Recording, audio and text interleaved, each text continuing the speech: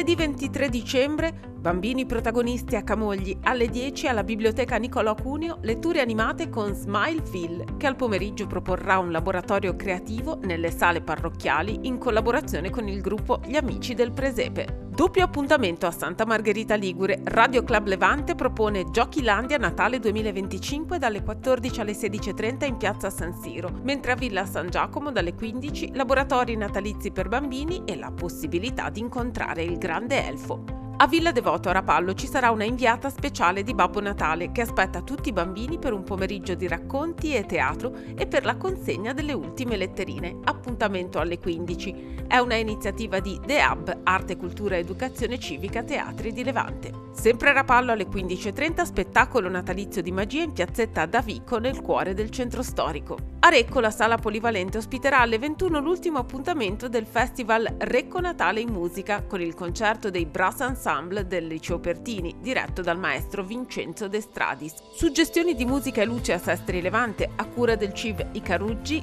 Christmas Candle Night, esibizione di un pianista al pianoforte a coda, una violinista e un sassofonista a lume di candela al convento dell'Annunziata alle 21.